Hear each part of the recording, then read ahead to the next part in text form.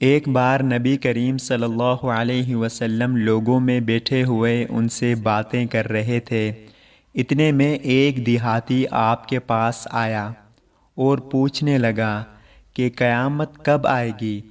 آپ صلی اللہ علیہ وسلم اپنی گفتگو میں مصروف رہے۔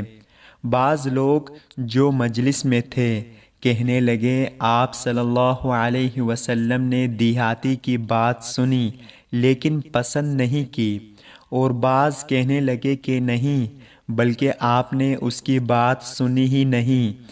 جب آپ صلی اللہ علیہ وسلم اپنی باتیں پوری کر چکے تو میں سمجھتا ہوں کہ آپ صلی اللہ علیہ وسلم نے یوں فرمایا، وہ قیامت کے بارے میں پوچھنے والا کہاں گیا؟ اس دیہاتی نے کہا یا رسول اللہ میں موجود ہوں۔ آپ صلی اللہ علیہ وسلم نے فرمایا کہ جب امانت یعنی ایمانداری دنیا سے اٹھ جائے تو قیامت قائم ہونے کا انتظار کر۔ اس نے کہا ایمانداری اٹھنے کا کیا مطلب ہے؟ آپ صلی اللہ علیہ وسلم نے فرمایا کہ جب حکومت کے کاروبار نالائق لوگوں کو سونپ دیے جائیں تو قیامت کا انتظار کر۔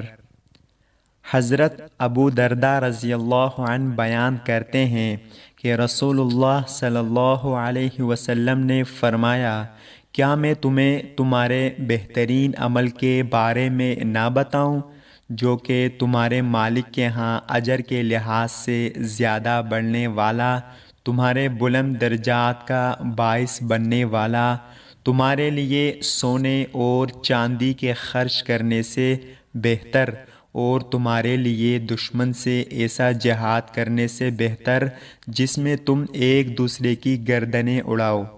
صحابہ رضی اللہ عنہ نے عرض کیا، کیوں نہیں، ضرور بتائیں۔ آپ صلی اللہ علیہ وسلم نے فرمایا، اللہ کا ذکر۔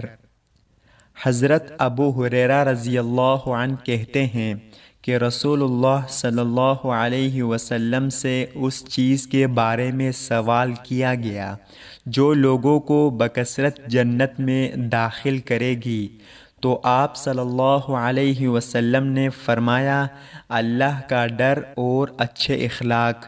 پھر آپ صلی اللہ علیہ وسلم سے اس چیز کے بارے میں سوال کیا گیا جو لوگوں کو بکثرت جہنم میں داخل کرے گی، تو آپ صلی اللہ علیہ وسلم نے فرمایا منہ اور شرمگاہ۔